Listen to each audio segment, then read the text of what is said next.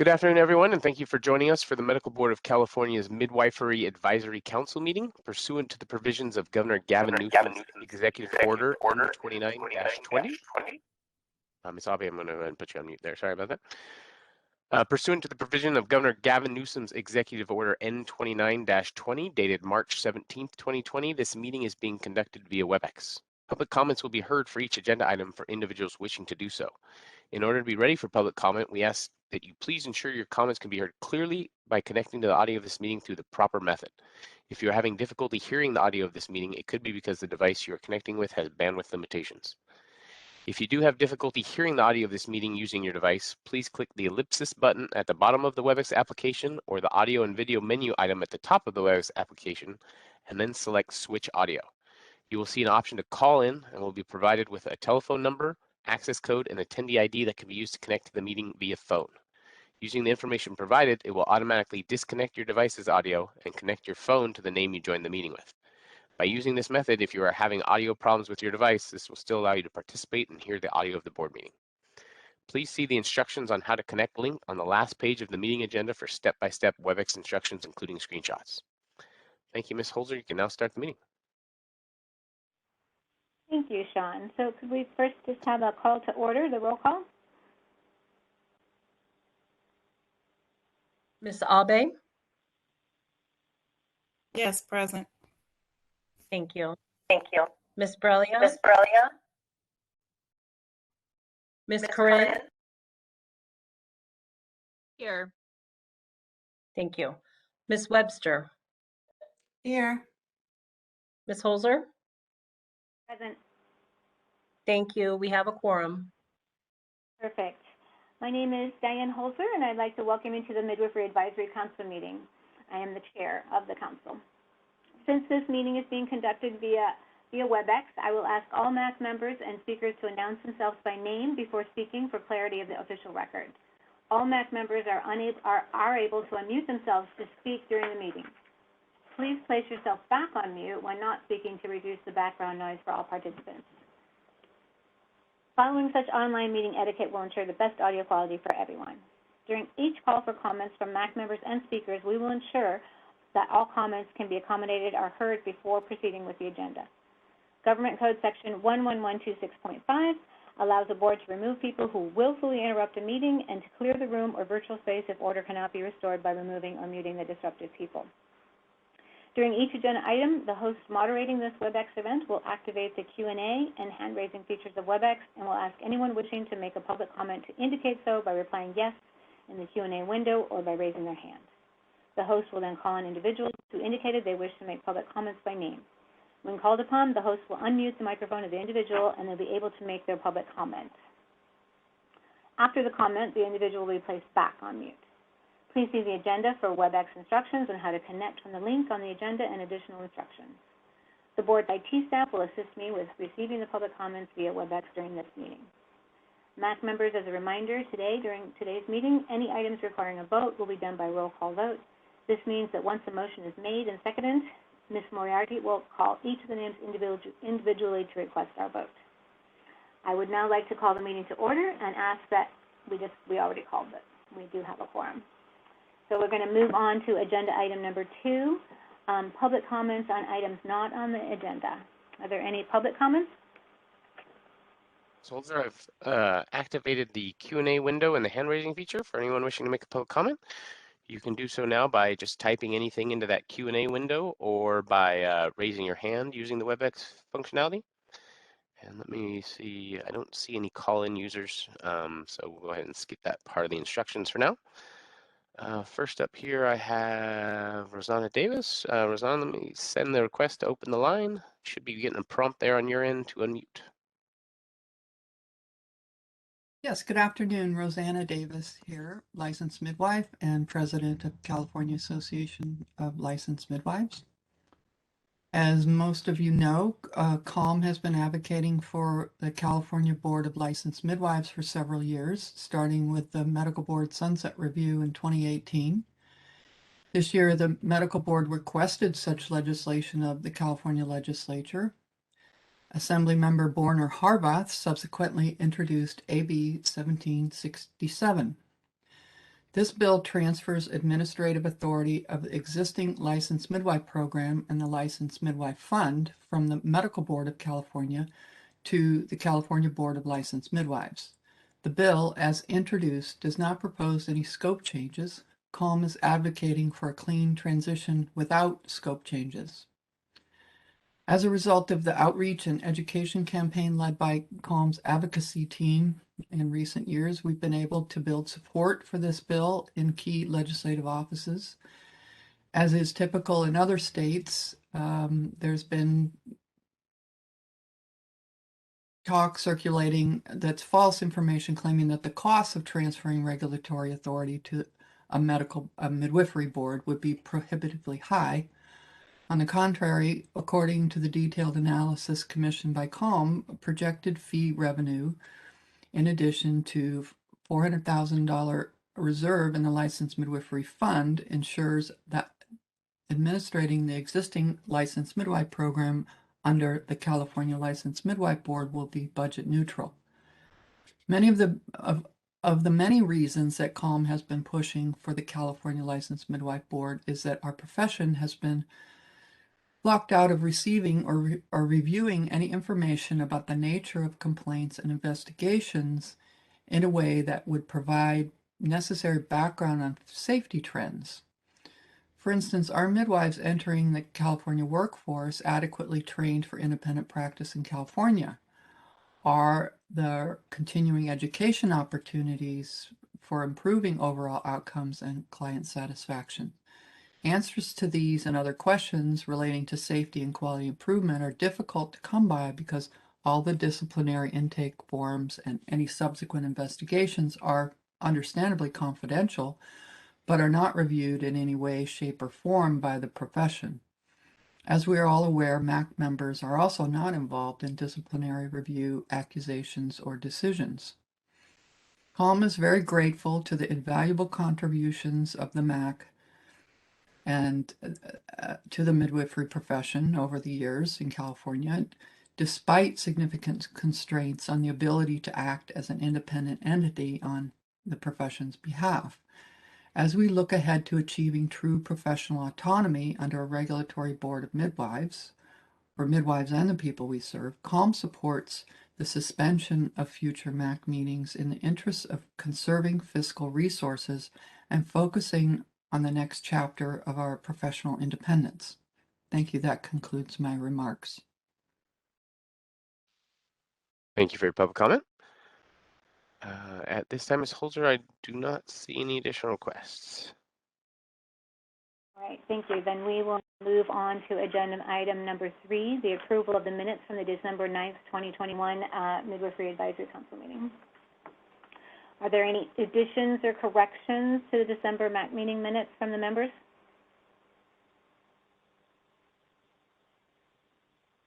Hearing none, can I please have a motion then to approve the minutes from the December meeting? This is Tisa. I move to approve the minutes from the last meeting. Second. Have a second? Second. Are there any public comments then? The Q&A window and the hand-raising feature are active for anyone wishing to make public comment on this agenda item. Go ahead and just type anything into that Q&A window or raise your hand, and we can call on you. Give everyone a few seconds here.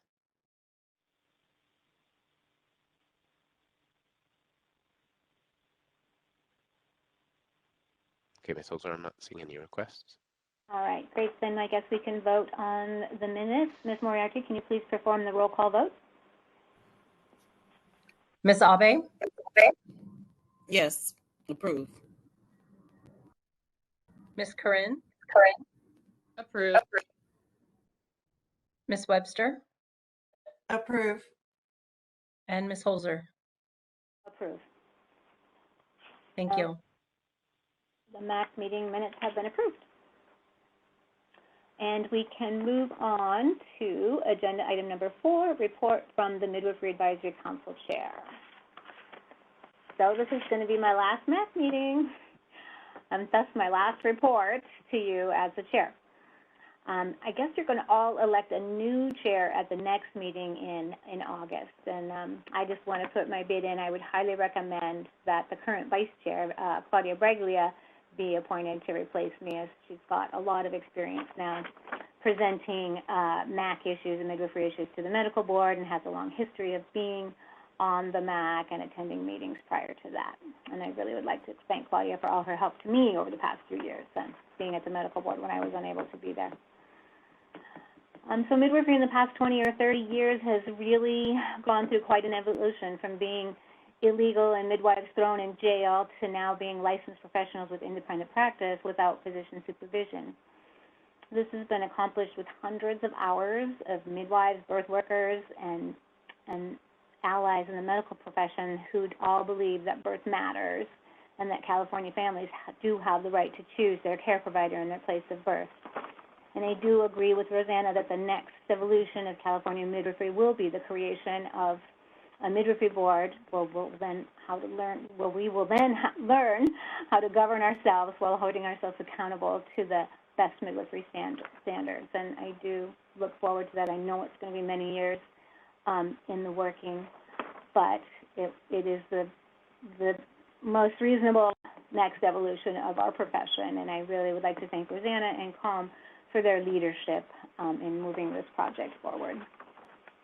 And of course, the MAC has been instrumental in showing us all, medical board people, midwives, birth workers, all alike, and staff that we do need a midwifery board. We are a distinct entity.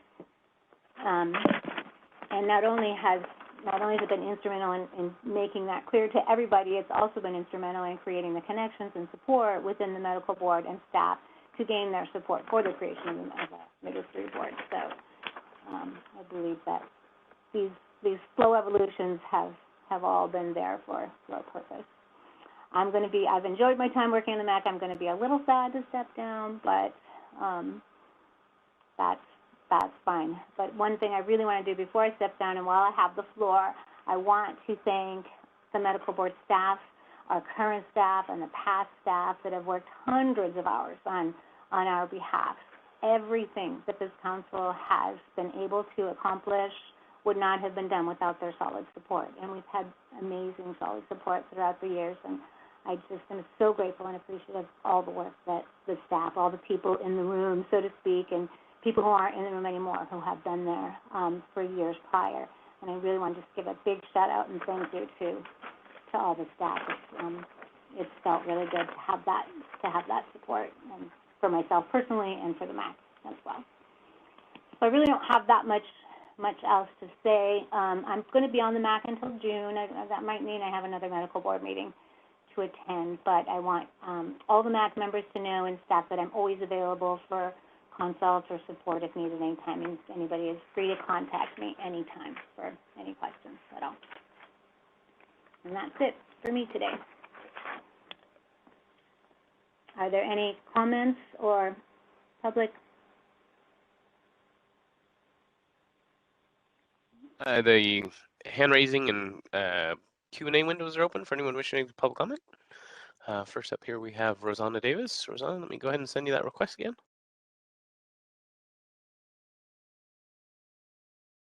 Rosanna Davis, just briefly, thank you very much for your service, Diane, in this capacity and others in the midwifery community. And I'd like to echo thanks and appreciation to medical board staff too. Thank you. Thank you for your public comment. This time I'm not seeing any additional requests. All right, then we can move on to agenda item number 5, establishing goals for the Midwifery Advisory Council. Does anyone have any further goals to add to our list that we already have? Anybody on the MAC?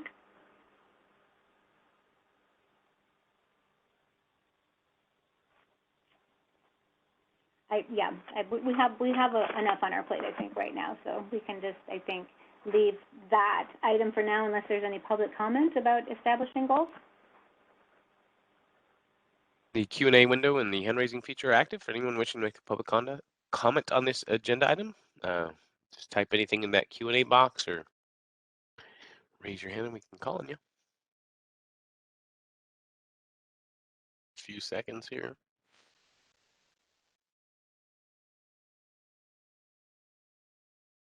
Not seeing any requests, Ms. Holzer. Okay, then we can move on to agenda item number 6, the report from the task force and possible action on Medi-Cal related issues from Ms. Corinne.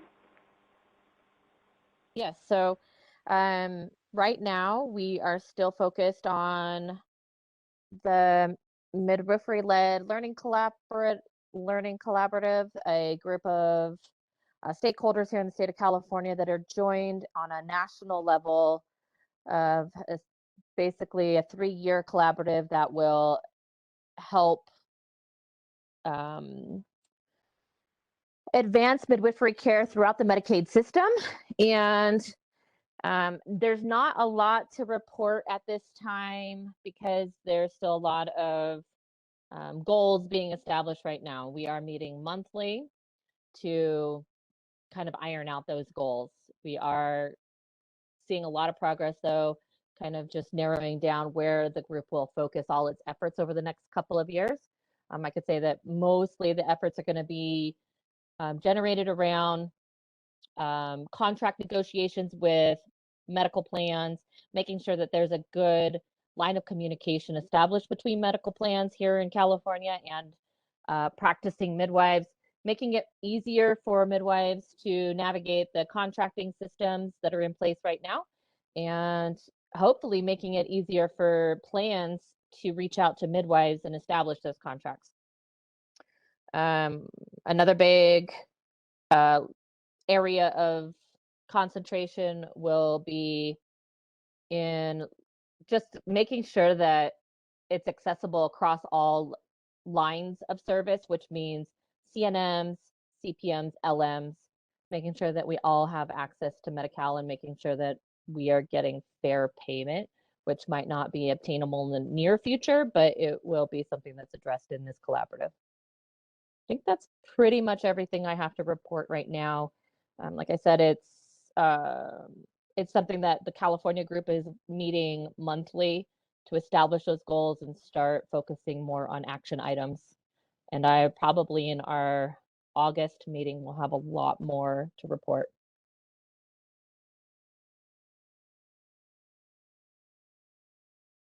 Thank you, Tisa. Yeah, sorry, that's all I have. Does the subject of a joint underwriters association ever come up in your discussion so far?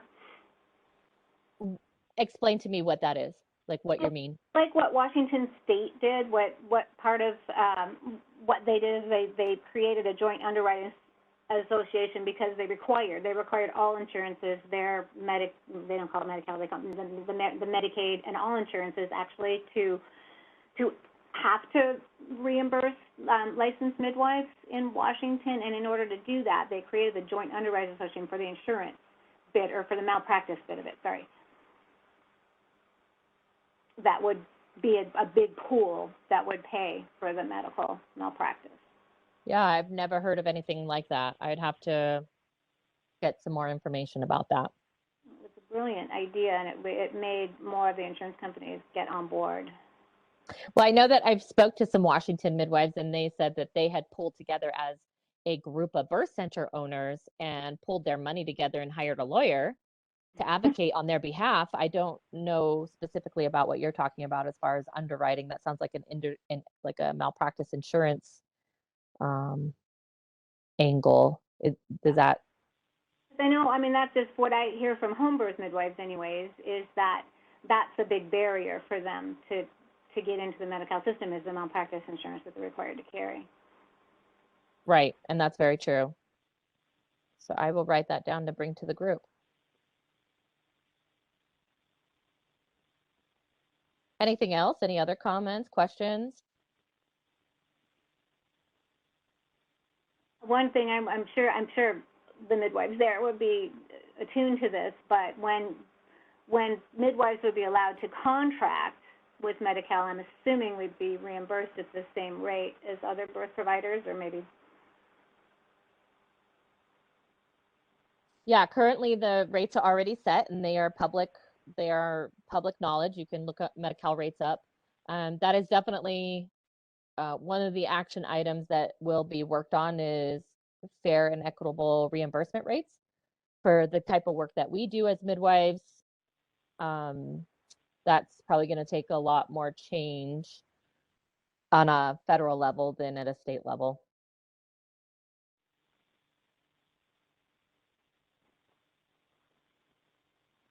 And are you going to be dealing at all with the CMSP issues? I mean, there's this thing where we need to get licensed midwives added to the list of CMSP providers. Is that involved in what you're doing, or is that just outside of that? Are you talking about CPSP? Yeah, sorry. I think that it is on the list to get CPSP kind of straightened out as well.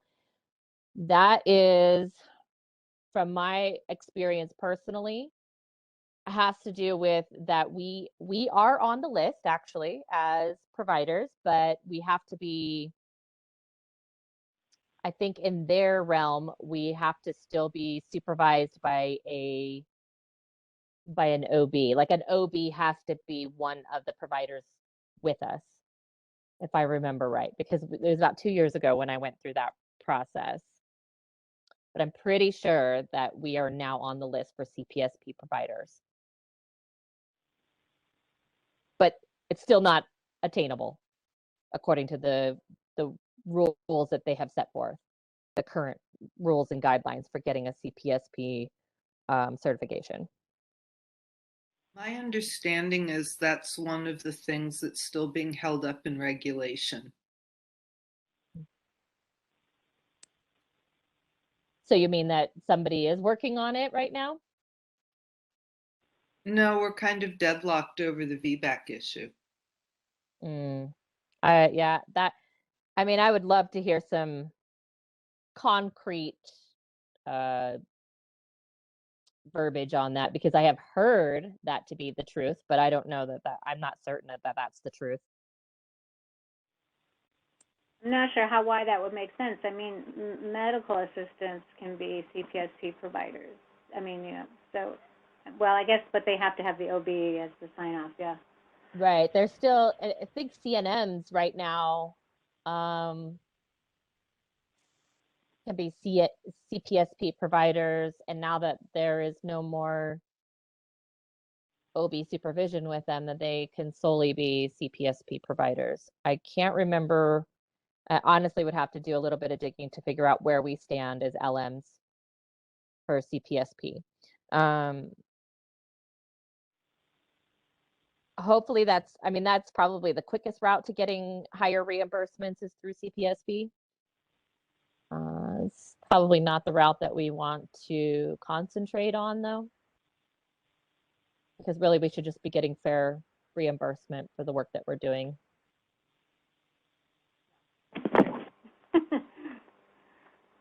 Are there any other questions or comments from the members?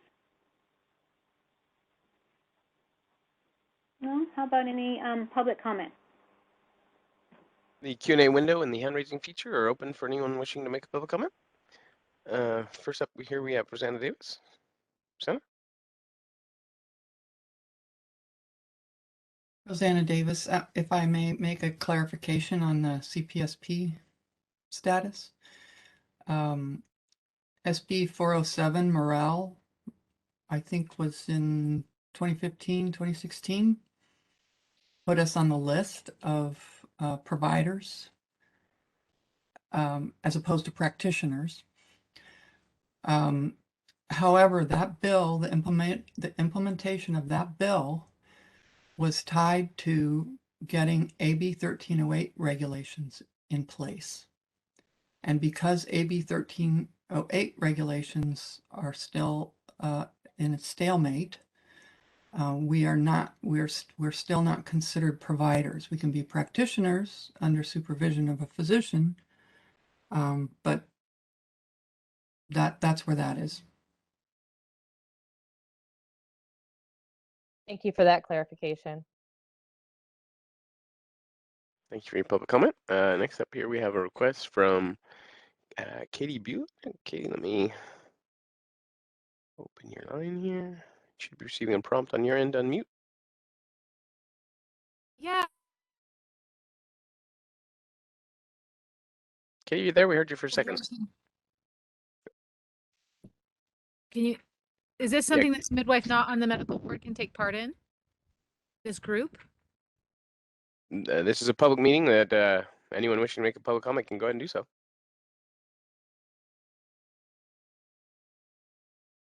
It looks like she went back on mute. Yeah, I'm sorry. I'm not clear. Is this a group that it sounds like is, I missed somehow, Tessa, what you said. Is this a group that I could take part in as a non-member midwife, non-member of the MAC?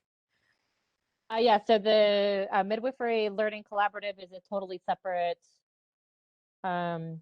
organization altogether. And if all midwives in the state of California are definitely, I'd have to ask if we're still taking stakeholders into that, but I'd be more than happy to share some information to see if I'd have to call them and see what we're doing as far as taking on new members. But it has nothing to do with the MAC board at all. It's a totally separate organization that's being organized and led through a 5-state national collaborative that was funded privately. Great. I would like to somehow connect with you, Tessa, about being part of that.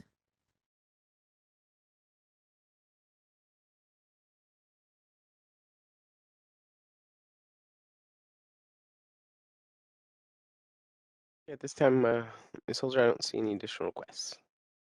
Okay, great. Then we can move on to agenda item number 7, update on the proposed regulatory language for the licensed annual midwifery report, midwife report. Ms. O'Connor? Thank you. Good afternoon, members. I just have a short update. The regs are moving along. I finished my review. There are a couple levels of review in the board before it goes to the department, but I believe the next step is, legal review, and then should be moving on to the department. So it's moving along well. It looks good, and I can answer any questions if anyone has any.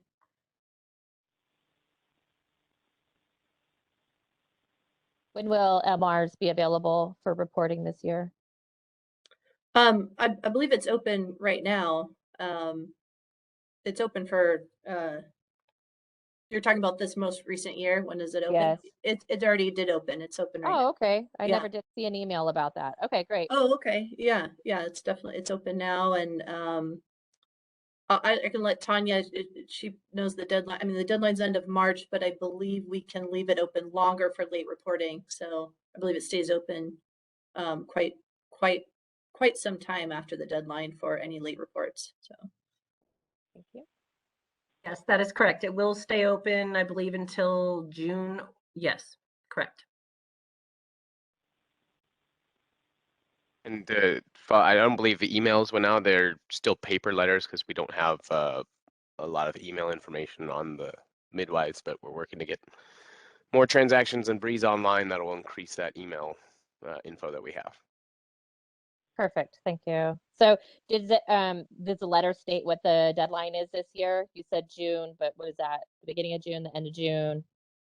well, the letter states the March deadline, which is the end of March. I Right. don't believe it mentions anything about it staying open for late reporters, but Tanya, I don't know. Sorry to have to jump in here, but Oh, I think there is a separate agenda item for this, so this is just on the proposed regulatory package. Got it. Sorry.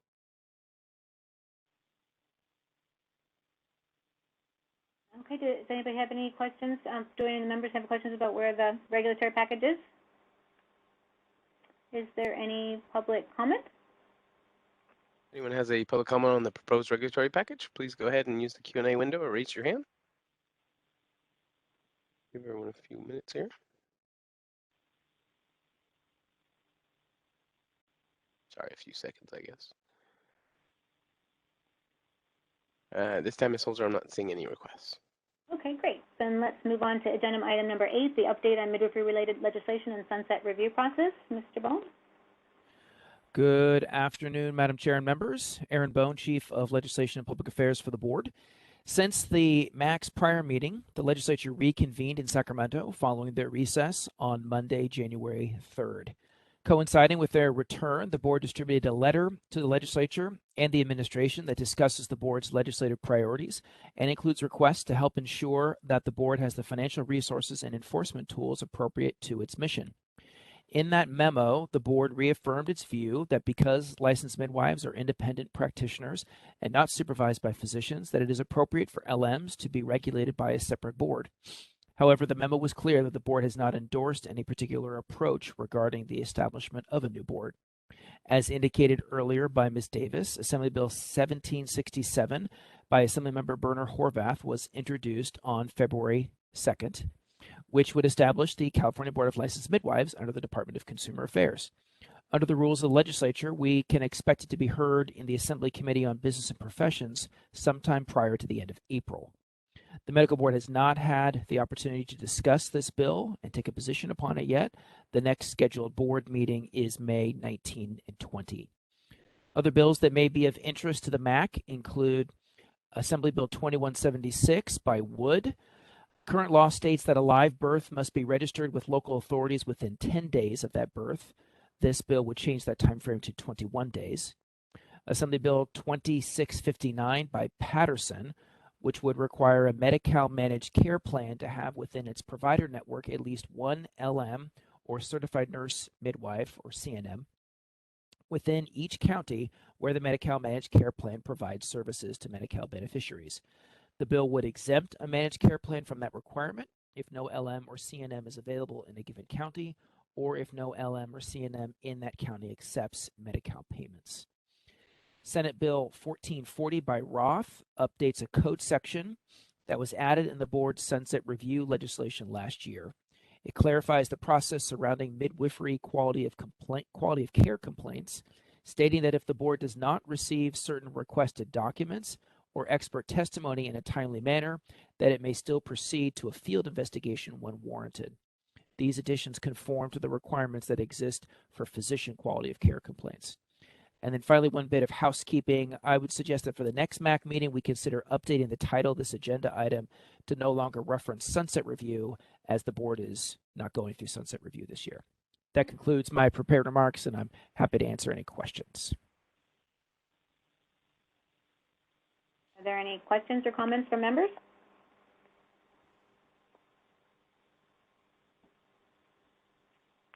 Hearing none, are there any comments from the public? The Q&A window and the hand-raising features are activated for anyone wishing to make a public comment. First up, we have Sue Balin. Sue, you should be receiving a request on your side to unmute.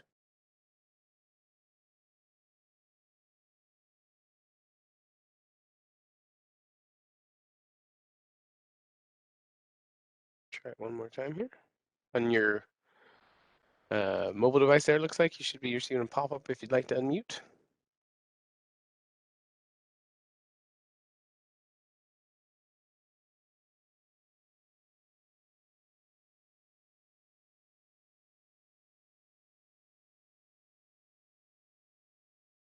Let me try this one other way here real quick. Sue, you should be able to unmute now, if you weren't able to previously. Sorry, I was a little premature. I don't need to say anything. Apologize. Oh, later agenda item. Okay, great. Thank you very much. Let me just look here again. So I'm not seeing any requests this time, Soldier. Okay, great. Then we can move on to agenda item number 9, the program update. Ms. Moriarty? Thank you. Please turn to tab 9A1 of the packet for the midwifery program licensing statistics. In the second quarter of the fiscal year 2021-2022, the board received 5 new applications, issued 4 new licenses, and renewed 66 licenses. Please turn to page 9B1. In the second quarter of the fiscal year 2021-2022, the board received 52 transfer of planned out of hospital delivery to hospital reporting forms for licensed midwives. Please turn to page 9C1 for enforcement statistics for licensed midwives. In the second quarter of the fiscal year 2021-2022, the board received 8 complaints and none were referred for investigation. Please turn to page 9C2. The board received 1 complaint for unlicensed midwives in the second quarter. Please turn to page 9C3. For the second quarter of the 2021-2022 fiscal year, the board received 52 transfer of planned out-of-hospital delivery to hospital reporting forms for licensed midwives and closed 48. Please turn to page 9C4. For the second quarter of the 2021-2022 fiscal year, the board received 1 transfer of planned out-of-hospital delivery to hospital reporting forms for unlicensed midwives and closed 2. Thank you. This concludes my program update. Are there any questions? I have a question. So we're collecting the data on unlicensed midwives as well. So what, I see that like a complaint was received and a complaint was closed. Does anything happen about the fact that there is an unlicensed midwife practicing out there? Does that get referred anywhere, or it just, nobody pays attention to that, or what happens with that? That information is given to our enforcement division. Carrie, do you want to speak on that? Well, it would go through the regular enforcement process. So if there was a complaint of unlicensed practice, that is triaged in the central complaint unit and then referred to the health quality investigation unit under the Department of Consumer Affairs, where they conduct an investigation, interview witnesses, review websites, and if it comes down to a situation where, in fact, this person is practicing midwifery care without a license, that would get referred to the appropriate district attorney for criminal prosecution. So sometimes it comes down to what acts are they actually performing, and does that fall within the definition of midwifery care? So a complaint could come in but doesn't result in prosecution if it doesn't rise to the level of they're actually performing midwifery care. I hope that helps. This is Tisa. So I think that also we should clarify right now that these are hospital transfer forms and not complaints, and that they are 2 separate things. Yeah, I think that, we are yeah. talking about different things. Yeah. I imagine, I think maybe Diane's asking if a unlicensed midwife has a transfer, does anything happen with that information, or does it just kind of not get ignored unless there is, I'm assuming, because I remember when we put this information out there to begin with, that there was not going to be disciplinary action generated from these forms, from these, out of hospital transfer forms. So I imagine that if there's an unlicensed midwife transfer form, then somebody would have to actually generate a formal complaint, and that the 2 are not the same. They're all reviewed to determine if a complaint should undergo further review. So if there's a complaint that suggests there's unlicensed practice, then that would require further review.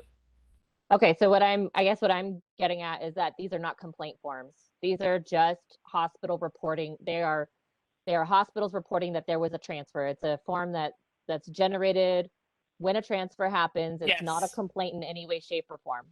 They're all evaluated. I think we've had many years of going through this, but they are not a complaint form in and of itself, but it's a piece of information that comes into the board that's evaluated.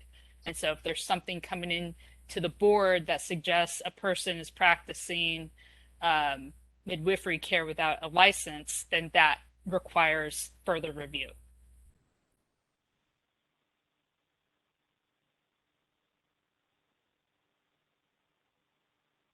I'm also seeing on that last slide that was up that nurse midwives are included under that, unlicensed midwives. So it's possible that they're nurse midwives and not just people without any kind of license practicing out there. But there was one of those that showed that there were 52 that were received and 48 were closed. And I'm wondering, is that just a timing thing, or is that further actions being taken? Or I'm looking at my things here. I believe that would be a timing thing because this is for Okay. that quarter. So it doesn't look like any investigation has been referred. So Okay, thank you. And it's not a one-to-one, like those 52 coming in, the 48 may not be out of that 52. It could be from what came in the prior quarter or prior quarters.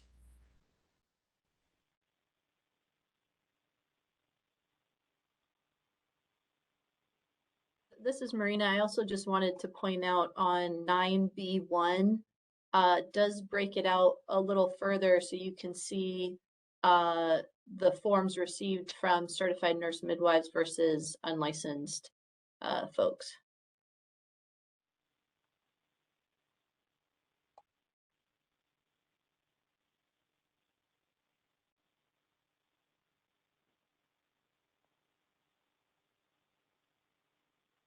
Are there any other comments or questions? Hearing none, are there any public comments? The Q&A window and hand-raising features are available for anyone wishing to make a public comment. Just type anything into that Q&A box or raise your hand. We can call on you.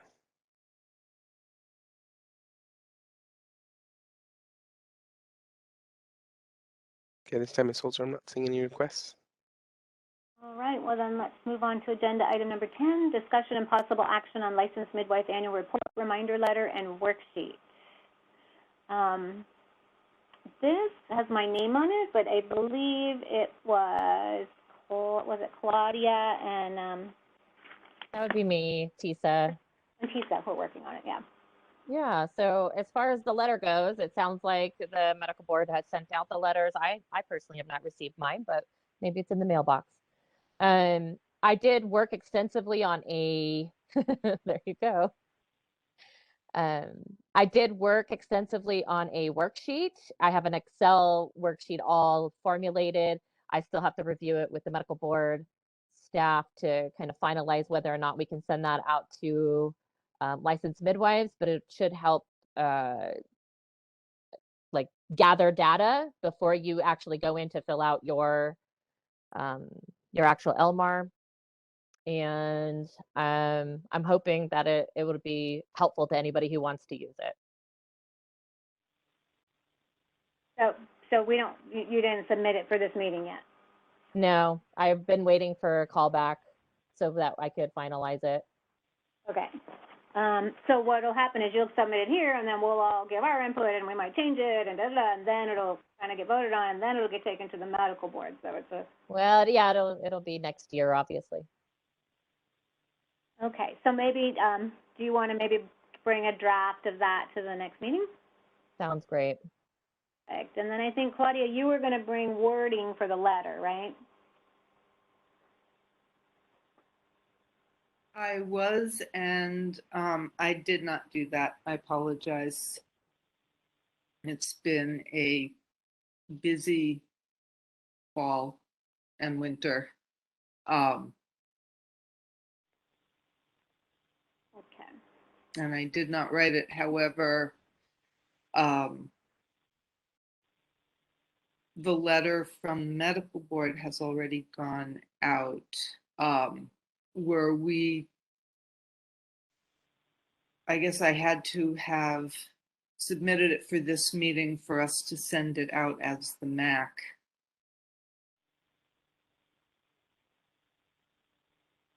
Yeah, because I think it's going to have to go out now because it's due this end of the month, so. Yeah. Okay, well, let's just keep working on it so that by next year we can try and get a little more participation. Yes. And I apologize for not getting that done in time.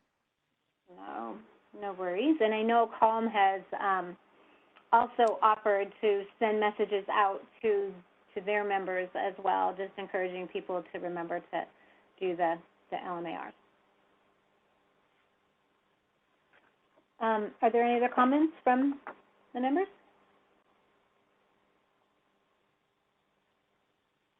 No? And how about public member comments?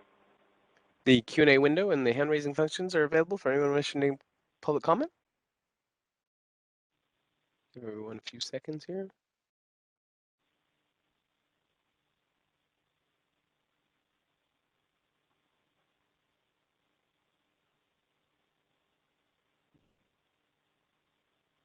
Okay, Ms. Holzer, I'm not seeing any requests. All right, so let's move on to agenda item number 11, discussion and possible action on midwifery schools and information on the board's website. Ms. Abe?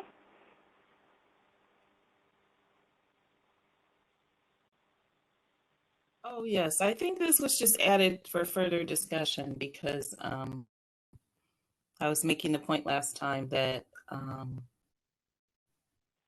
I mean, really, there hasn't been any schools added but one in California in the last 10 years. So I might be exaggerating, but it's been a minute.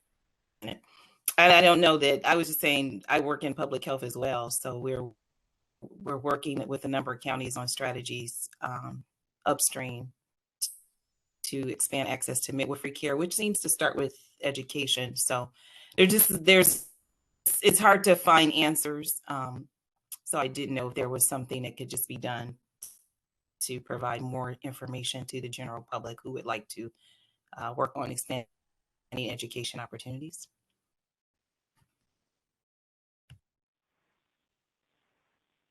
So then, do you think that there's enough, what you were saying last meeting is that you didn't think there was enough information on the website about how it happens? So do you think we need to just... Yeah, there's no steps. I just look right now and it just has one sentence that refers to the business code. There's no link to the business code. And I was actually just sent the business code. So, I mean, a long time ago, I was just trying to see if it was feasible to start a school.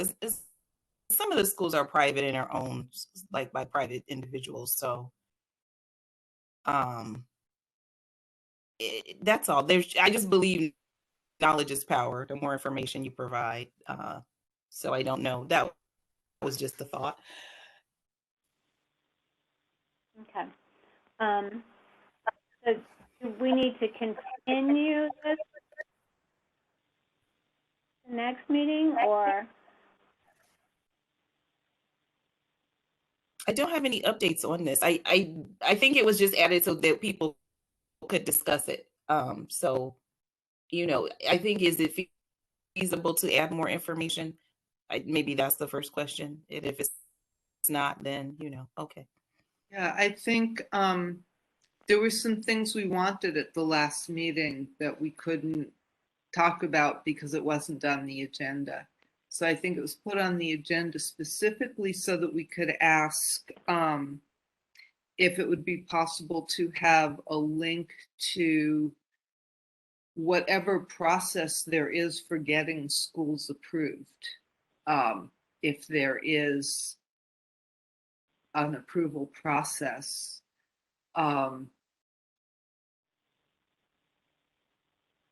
So that would be my... The process is not on the website, is that what you're saying? Right. So just, oops, sorry, I'm echoing. The schools that are approved are on the website. But there's no way to know how to get a school approved. Yes, correct. Thank you, Claudia. There's just no information. You would basically have, I mean, I think times have changed because in the past I called and someone picked the phone up and they, told me. But I mean, nowadays, you people might not pick the phone up or, it's very, I mean, how there's no steps. I agree.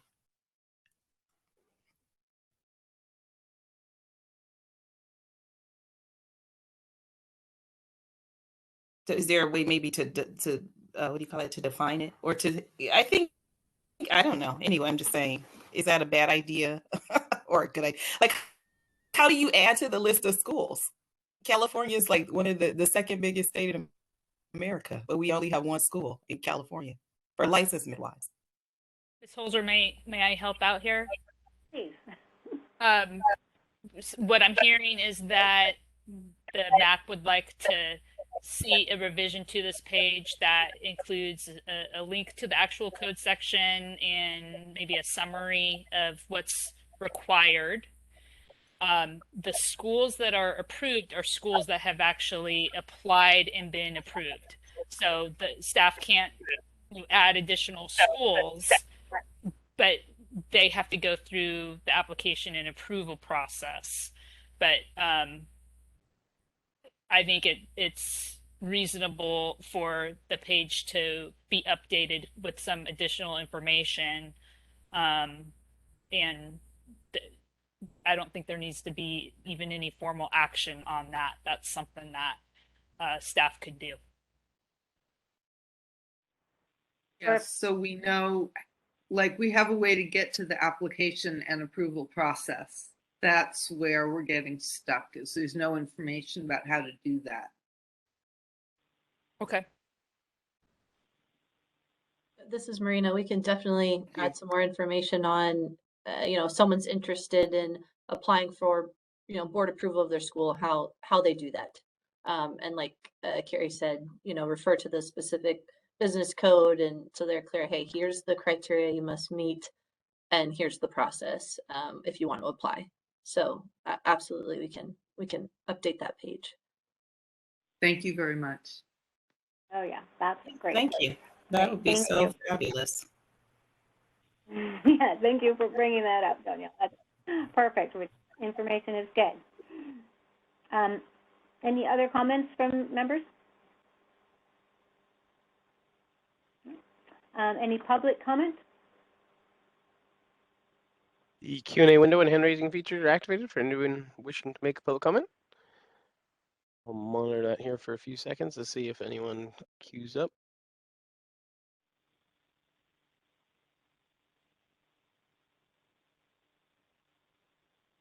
Okay, we got Rosanna Davis. Give me just a second here, Rosanna. Get your line open. Looks went away on me. Okay, you should be receiving that request now. Yes, Rosanna Davis. Just an FYI to everyone that Californians for the Advancement of Midwifery has commissioned a consultant to do a feasibility study for California Community College licensed midwife program.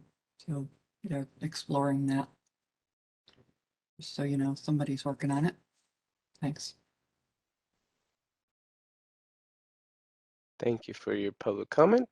I am not seeing any additional requests at this time.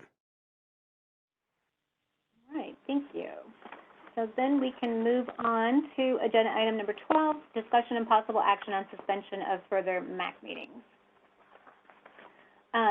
So Rosanna gave us a little preamble in her comments before the meeting started about reasoning behind why we might talk about suspending the meetings. I mean, from what Carrie told us at our last meeting, the statute just says we have to have a meeting. It does not stipulate how many meetings we have to have. So the question is what we think about going to less meetings or suspending most of the meetings or not, what we think about doing it.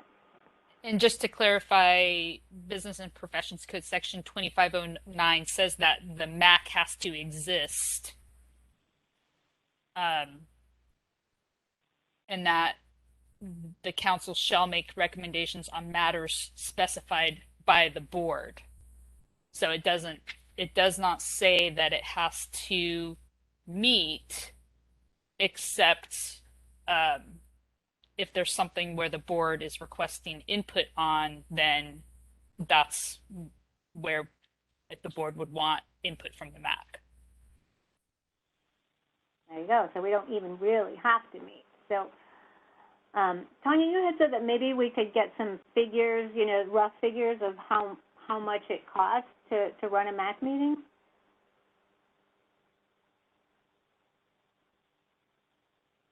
Ms. Holder, I don't recall. I'm sorry. What was that? This is Marina. Yeah, I unfortunately don't have any numbers for you now. It's a little tough because with it being remote, it's not as much cost. And there's a little bit of uncertainty on when and if we're going back to in-person meetings. So that would be a big determining factor. So I just want to point out, if we do go back to in-person meetings, you know, of course there would be costs associated with that. You know, I can't speak to the cost for, you know, non-in-person meetings, these virtual meetings. But if that's what you're looking for, like, you know, the cost of if we had, you know, 2-3, you know, meetings in person a year, is that kind of what you're looking for? Yeah. Yeah. Okay. Okay, we can look to try to put together like an estimate of that, you know, and it's, of course, you know, based on having, you know, no vacancies and you know, everybody attending in person versus virtual, we should be able to put together some type of estimate. Okay. If California decides that they're not going to be doing virtual meetings anymore, the state supported meetings, does a specific council like ours have the option of doing it virtual anyways, or do we not have that option? There is the ability to do telephonic meetings, but it has to be done in a place where there's access to the public at each location. So it wouldn't be like now where you can be at any location where you have web access. The location where you're going to be actually has to be posted on the agenda. And if you're doing it at your home or in your office, you have to be able to have the public sitting in there and be able to participate and provide public comment. Right now, virtual meetings are in this format are only allowed to continue until March 31st. There is a bill that's been proposed that would make the ability to do virtual meetings permanent. There would have to be a public location where people can physically come to participate, but the members themselves wouldn't have to be in a location with public access. So we are keeping our eye on that. And it would become effective as soon as the governor signs it. But I think unless this is done before the end of March, there's going to be some in-person meetings. And I would imagine that finding place and IT and everything for public spaces is going to be more expensive than what we're doing now, just doing it from our home or whatever. That's definitely one of the reasons to support the bill. Mm-hmm. Yeah. Okay, well, oh, darn, I hope that we could have those figures for this meeting, but we know it's expensive. I mean, it's probably $10,000 at least, right? Per meeting, per in-person meeting. So, I don't know. What do people think about? Because the cost of these meetings comes out of the fund, right? That $400,000 fund that Rosanna was talking about. This is Tisa. My comment or my 2 cents on this issue is that I don't think we're at a point right now, personally, that we can make a decision like this because we have no line of sight on the midwifery board yet. And right now, this is still a very good avenue of it's a good way for the public to be able to make comments and for us to keep working on things that matter. We do have some things that we're working on right now that we're conveying to either the midwives of the state or the consumers of the state, and still addressing all those matters. I feel like nobody has a definite answer on when this midwifery board is going to happen, nor do we have any answers on whether or not we're going to be convening in public, back to our regular in public meetings. I can't imagine that this meeting, particularly being online, is costing the fund very much money. Excuse me. So if we were able to continue the meetings the way that we're doing them, then we're still being able to talk about issues that are important to us until we get the midwifery board established, if that's where it goes, if it gets approved.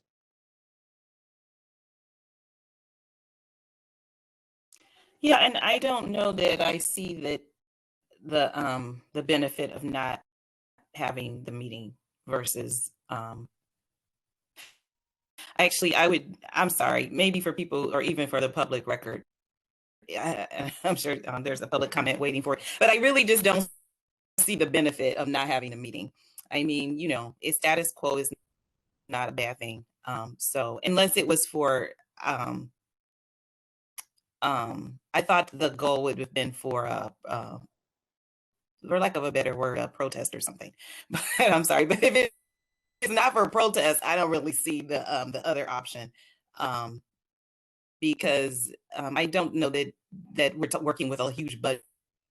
So I don't see but if you just look at the numbers, I guess I really can't draw that line. That's what I'm trying to say. So I don't have any other thing to say. I think that a lot of good happens here. That's what I want to say. So I'm not convinced about not having a meeting.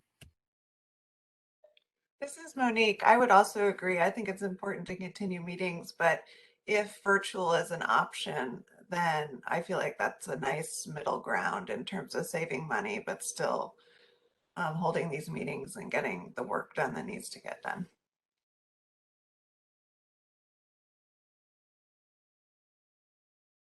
I agree. I think it's important to keep a visible presence, and that if we stop having meetings, then we'll kind of fall into the background of the medical board consciousness. And once we have our board, then that's different. But as Tisa was saying, that's not really in sight yet.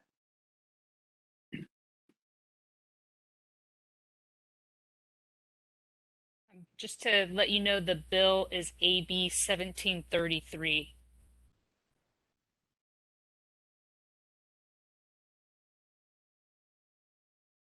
And so that'll be heard sometime soon, or did we just waiting for a governor's signature? Is that it doesn't have to go through a vote or anything?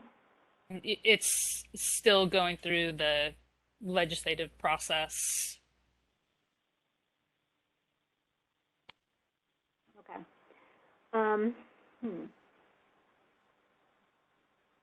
Would we be able to ask for an update on that real quick inside this?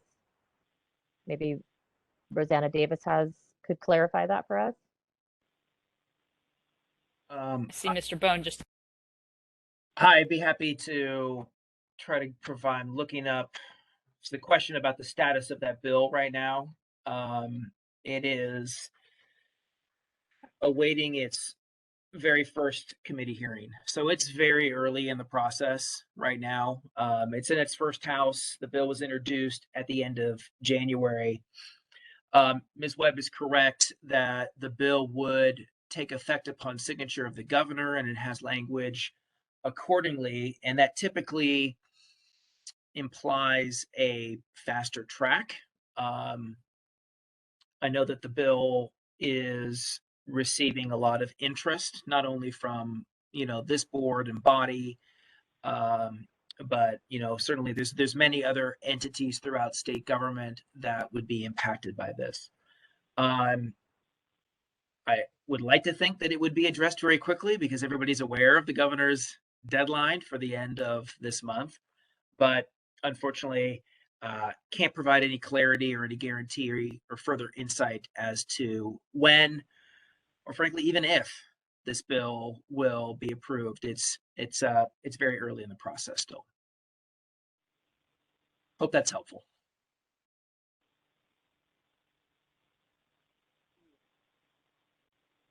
Well, I'm not hearing a lot of consensus on stopping the meetings.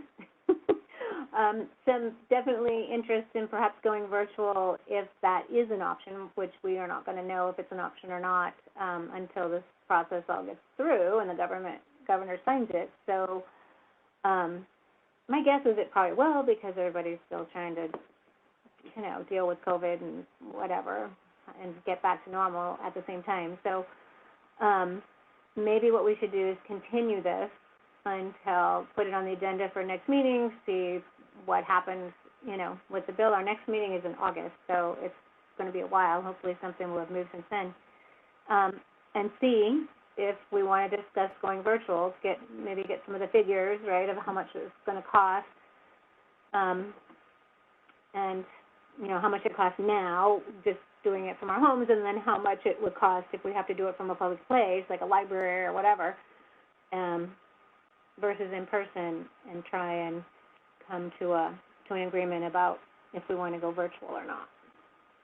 Can I get some clarification on what that would look like? So from what I understood is the board members would still do this virtually, but then we would be hosted probably in the same spot that we would do our public meetings, and then the public could come and make comments at that public space. Is that what I'm understanding? Yeah, there would be a physical location as the bill's written right now where the public could come. I think there would still be the option for the public to participate remotely as well via WebEx or phone call. Okay, so it sounds to me like if that were us moving forward, that we would probably still have our same location at the medical board building up in Sacramento. The public would be able to physically attend there. Board members could physically attend or be virtual, and the meeting will all still be hosted in that one room, either like through some kind of telecommunication in that meeting. Is that right? I don't know that we've worked out that level of detail yet. Okay, okay. I mean, I think that's very reasonable that could occur. We have the board as a hearing room that, we make regular use of, but I think it might be premature to, especially since the bill may change anyway. It may be a bit premature for us to make kind of some of those predictions about what we would do following that bill being signed into law. Yeah, I guess I'm just looking at the overall cost associated with that avenue as well, because right now I'm assuming that most of the costs associated with these meetings are for board members to travel in, for traveling accommodations. And I think I'm the furthest one from the meeting location, and I need a plane ticket and a rental car. And so I'm assuming that's where the costs are coming from. Am I right? If anybody wants to comment. I mean, I think that's substantially true. Yeah, travel, meals, is a big part of the cost with in-person meetings. Yeah, there's travel. I mean, of course, depending on where the meeting is. I mean, assuming it's here in Sacramento, staff are already located here, so obviously staff don't have travel costs. But right, for any members, not in the near vicinity, there'd be travel costs, possibly per diem costs. So yeah, but that's mainly the bulk. It sounds However, like I would, go ahead. I just wanted to point out, but however, whether we meet or do not meet, it doesn't draw a straight line to having this a separate entity board for licensed midwives. Like you can't just take one budget and plug it into, into something else. And then there's getting the law, through legislation. And I mean, us not meeting has no bearing on that. I just don't see it. So I don't know. I'm all for discussing everything, but there's just no, like, A plus B is not equaling C. I mean, that case really has not been made. So Yeah, that's a good point. Would we be taking the MAC or the midwifery program budget from the medical board to the new board? I think that would have to be worked out through whatever legislation that's enacted. I don't know that the bill right now speaks to that issue of funding, or rather the transfer of a fund from the purview of the medical board to the purview of the midwifery board. But you're touching on the right issues that will need to be addressed as the bill progresses. The fund that there is now is the licensed midwife fund, though, right? I believe so. I'm kind of reaching the end of my knowledge on the midwifery budget, but yes, presumably the legislature could enact a statute that would give direction as to how the existing funds are going to be transferred, dispensed with, or what have you. right. And I would just suggest maybe if you want to continue this discussion, but I would like to have, we're near the end of the agenda, but a future agenda thing would just to be asking for the budget. It's public knowledge. The Midwifery Advisory Council is, it's public. So, I mean, I think this discussion is really about the funding and how the funding is used, and if that funding has any bearing on a new separate entity, licensed midwifery board. And that's another point about why the meeting is valuable, to have, a place where you could ask those questions. So without this place, then what are you doing? Emailing people? I mean, it just gets a little bit harder. So I would suggest that I didn't hear anyone saying we should suspend these meetings. So I don't know. I think that we should not, and maybe we could just decide on that. But you could also put it off to the next time and think about it. But I just think there's larger questions that are separate from the original. Should we just not all meet together? Is it possible to ask for Rosanna's comments here before we make any kind of decision about what we want to do? I feel like she has a lot to say about this subject and is probably more knowledgeable about the board than that might be. Can we do that, Kara? Can we just ask Rosanna to comment right now? Yeah, you can call for public comment. Rosanna, can you tell us what you're thinking?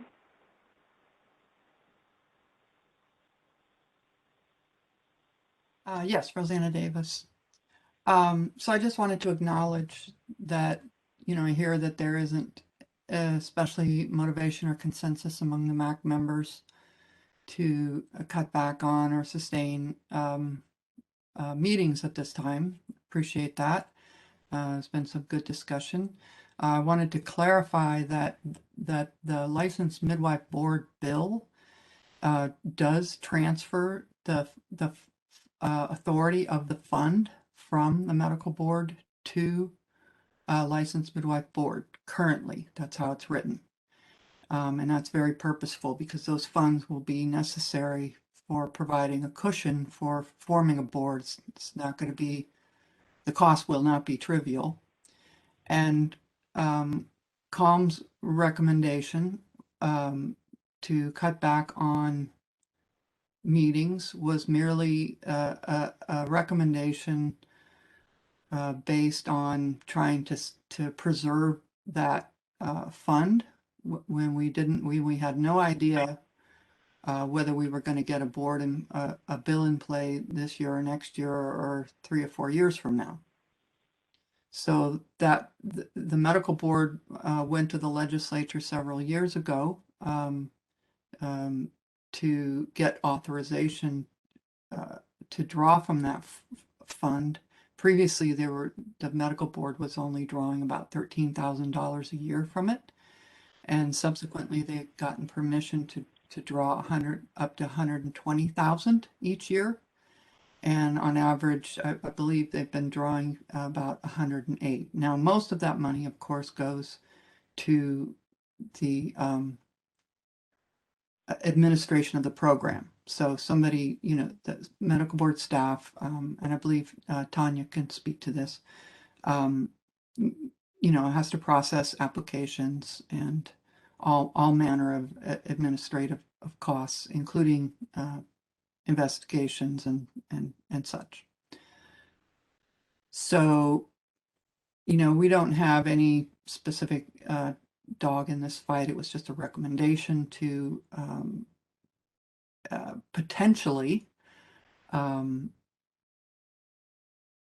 save the fund money if you folks felt that it was warranted.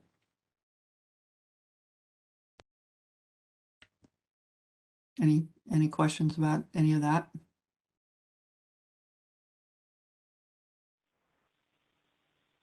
Thank you, Roseanne. Mm-hmm. Can I jump in here? This is Monique, and I'm just curious if we are trying to preserve the funds and people are interested in the virtual option, if that legislation is signed by Governor Newsom, then how would that work for the August meeting? Do we need to decide on something now, or do we have to meet in person in August to make that shift?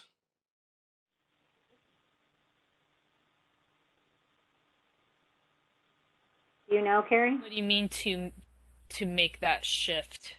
To make this shift to the option of having members meet virtually to save money on travel costs for the August meeting, since the legislation hasn't passed yet, can we make that, can we, vote on something that says that if it does pass, then we will have that option for the August meeting?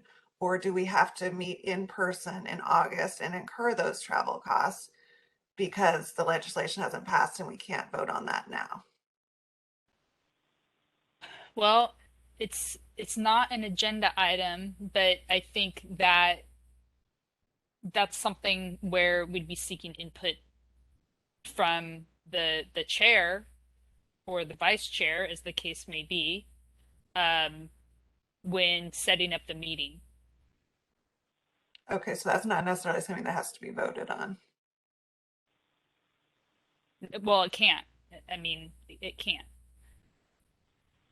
I just think it's part of the role of the chair or vice chair and executive staff to set up the meeting.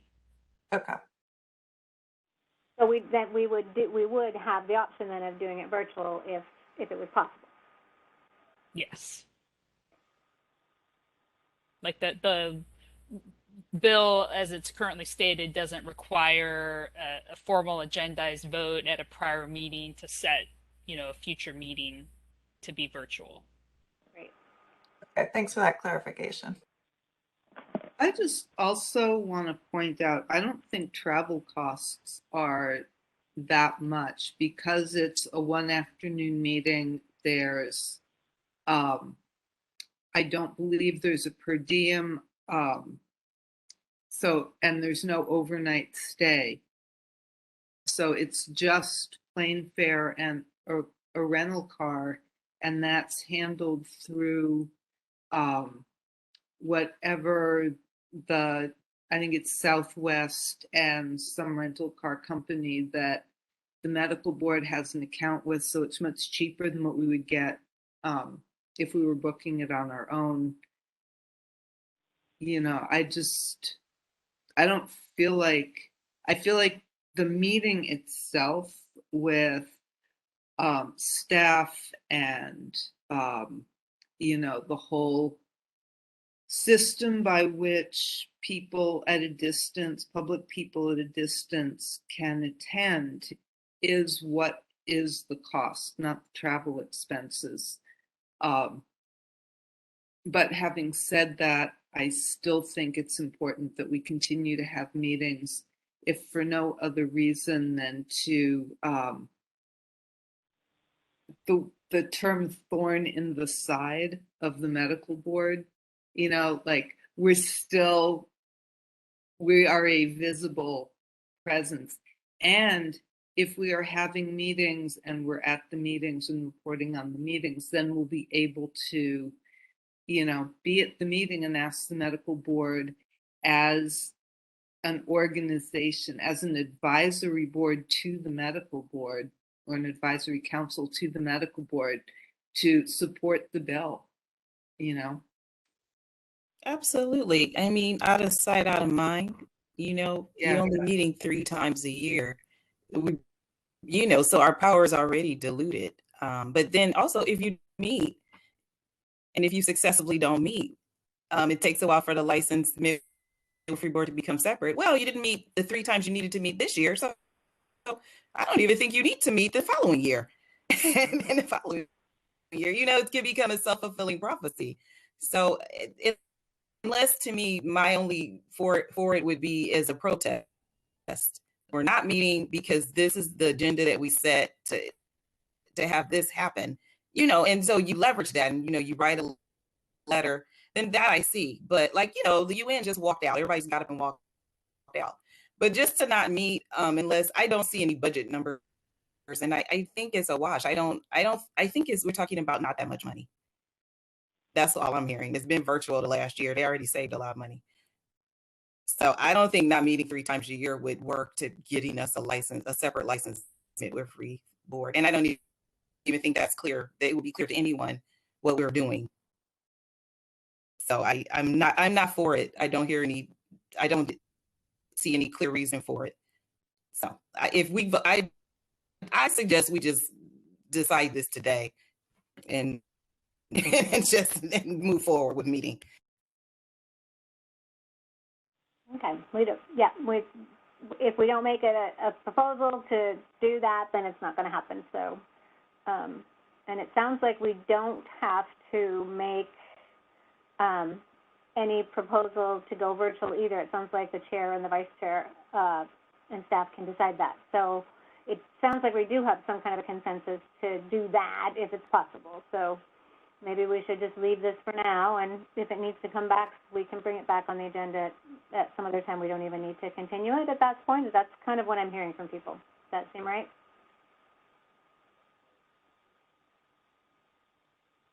Yeah? Yes, that sounds good. Yes. Okay. Yes. All right. So do I have to call? I guess we should call for public comment too as well. Is there any other public comment? Ms. Davis, did you have any additional comments to make? I don't at this time. Thank you for your public comment then. Anyone else wishing to make a public comment? You can do so by raising your hand or by typing something in the Q&A box. We'll give everyone a few seconds here.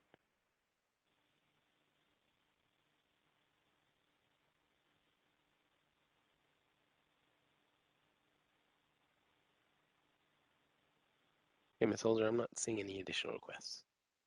All right, then we will move on to agenda item number 13, consideration and possible action to select 3 new MAC members, 1 licensed midwife, 1 public member, and 1 licensed physician. I believe we only have applications for the public member. Mrs. Moriarty, you're going to present this, right? Yes, you are correct. In January 2022, the medical board posted a recruitment announcement on its website for 3 positions on the Midwifery Advisory Council: 1 licensed midwife, 1 public member, and 1 licensed physician. These positions are for a 3-year term that will become effective June 30th, 2022 and expire June 30th, 2025. The nominees approved by the MAC today will be presented to the board for final approval at the May 2022 quarterly board meeting. No applications were received for the licensed midwife position or the licensed physician position. These positions will both be re-advertised and voted on at the August 2022 MAC meeting. The board received 2 applications for the vacant public member position on the MAC. The applicants' names are Caitlin Clark and Barbara Woodley. Ms. Clark, would you like to provide a statement? Sean, I'm not sure if Ms. Clark is attending today. Yeah, Tanya, I'm not seeing her in the attendee list. Do Okay. believe I have the second applicant, though. Yes. Ms. Woodley, would you like to provide a statement?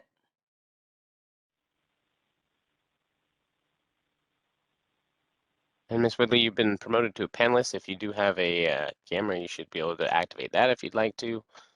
But you should be able to control your mute and unmute now yourself. Okay, now can you hear me? Yes, we can. Okay, great. Hi, my name is Barbara Woodley. Thank you so much for your time. So I'm applying for the public member position. And currently I'm a stay-at-home mom / small business owner in Tulare, California, Central Valley.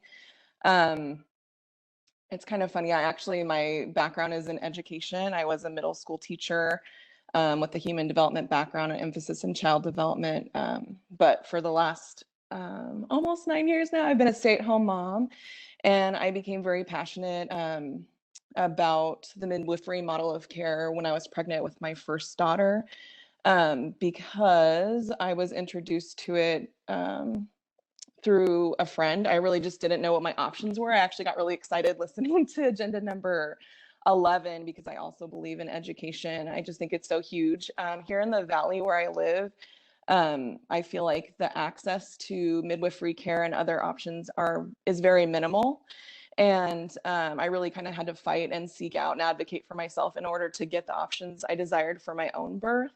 And so with my first daughter, I actually had a hospital birth with a nurse midwife. And then with my second youngest daughter, I had a home birth with a CPM. And so I feel like I have a unique perspective in kind of the world of midwifery and the different options that I was able to experience. And just through those experiences, and like I said here, I feel like in the Valley, the options are minimal, and I wish and I hope for that to change. It's led me to be very passionate. I was a volunteer for Visalia Birth Network, which is a neighboring city to Tulare, for several years while I was pregnant, and then after, which is where I started kind of my journey of education and all things kind of in the birthing community here. I just became very passionate about education, options, access, quality care for moms, babies, and families. I just feel like there's such a lack of even education to what options are here in the Valley. At least that's been my experience. So I volunteered there, Visalia Birth Network, as well as like La Leche League, Tulare Breastfeeding Coalition. I would just try to do things in my spare time as a busy mom. And I'm just a huge advocate for advancing healthcare reform in this arena. I just am very passionate about it, and I think I would be a huge asset to this committee, and I really appreciate your time and consideration for my application. Thank you, Ms. Woodley. At this time, the MAC may discuss and make a nomination to recommend an applicant for the public member position to the full board.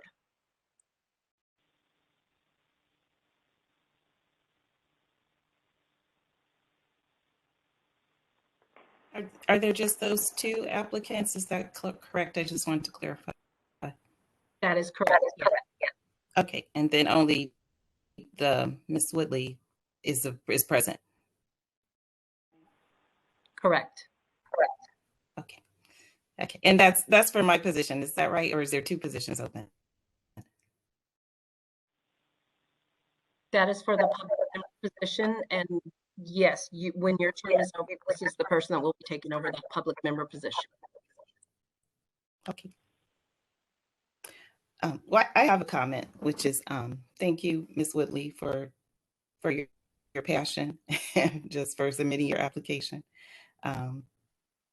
and I don't have any questions for you at this time, but I did want to thank my fellow MAC members.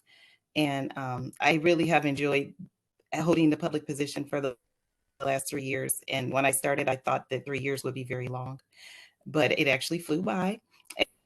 And luckily for me, I did half of them in person, and I did enjoy that. I do live in Sacramento, so I didn't have to travel. But regardless, I still, the medical, serving for the MAC and on the medical board has just been a privilege, and it's been an honor. I learned a lot of things, and I hope that I have made a meaningful contribution in my time here. I wanted to say that midwifery is important to me personally, and I am a midwifery advocate. I'll continue to do my work. I'm committed to expanding midwifery training and education, and also just expanding access to midwifery care. So I just want to end saying I'll continue to have that vision, and I will be honest and say there are so many limitations, and I don't even know why it's this hard. And I ponder that, and so it's become my life's work. I'll die doing it because I like a good challenge. But if you didn't know, midwives were actually the first medical professionals, period, if you go back in the history of time. And I just want to end with that fun fact. Thank you. Thank you, Ms. Abe. We were sorry that you didn't reapply for a second term. Does someone have a nomination? This is Tisa, and I would like to nominate Mrs. Woodley for the public position. This is Monique, and I second it.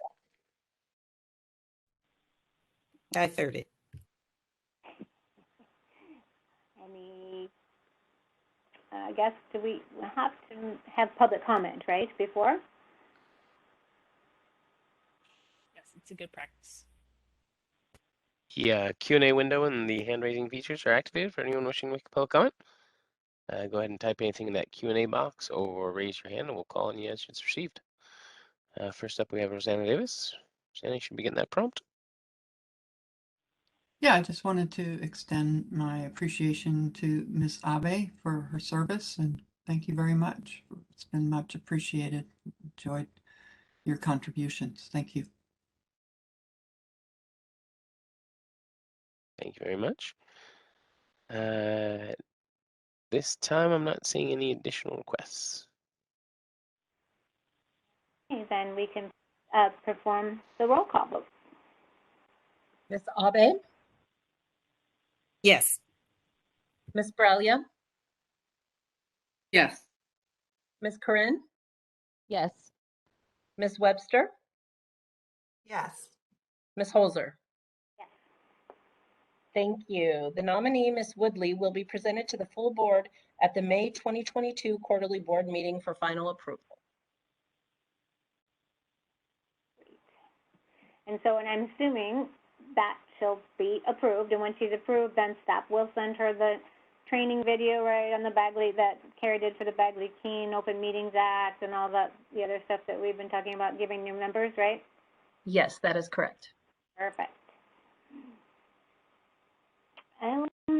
Oh my goodness, look where we're at. Moving to agenda item number 14. So actually, a question on this agenda item. Do we just leave the notices open for the physician and the midwife and put it on the agenda for next time as well? That is correct. It will be placed on the agenda for the August 2022 MAC meeting. Okay, so if anybody knows anybody, let's try and get them in if we can.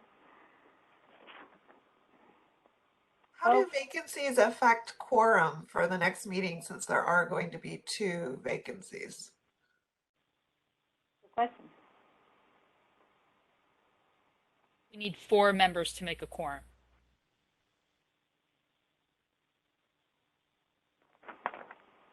Okay, so that means if we have 2 vacancies, that if anybody can't make the next meeting, we won't have a quorum.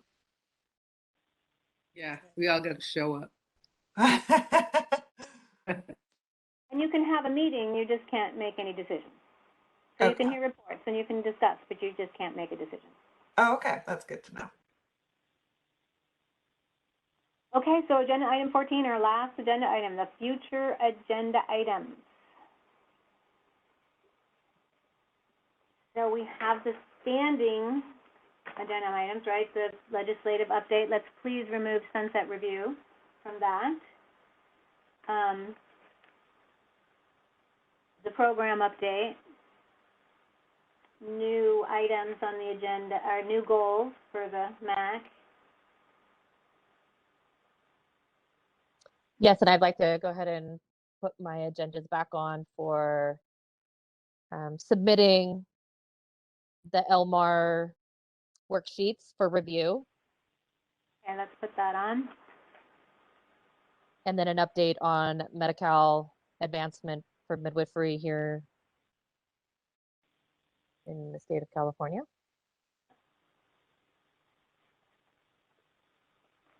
And then, of course, the nomination for a new physician and midwife.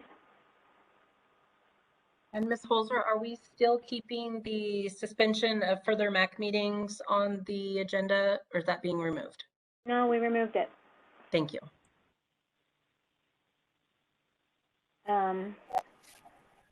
I would keep item 11 just to get an update on, what was updated.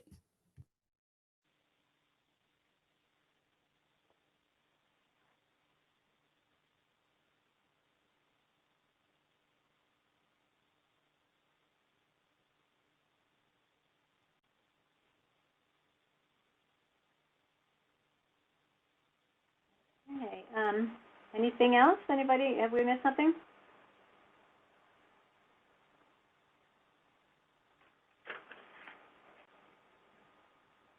Ms. Abe, I'm sorry, Ms. Holzer, this is Tanya Moriarty, and I just wanted to say to you and Ms. Abe, I want to thank you both for your time on the MAC and for being so easy to work with. You both have been helpful and easy to communicate with, and I appreciate that. Thank you. Of course. Thank you, Tanya. I appreciate that. So I guess one other agenda item is that you're going to have to appoint the new chair, right? Correct. I will add that as well. And Diane, I am Ms. Holzer. I am so sorry that I missed your address at the beginning of the meeting. And it has been a pleasure serving with you. Well, what I did in my address was recommend you to be the chair. That always happens when I don't show up at meetings. Yep. Okay, so I guess do we have to make open it for public comment for future agenda items? Yes, the Q&A window and the hand raising feature available for anyone wishing to make a public comment. Everybody a few seconds here.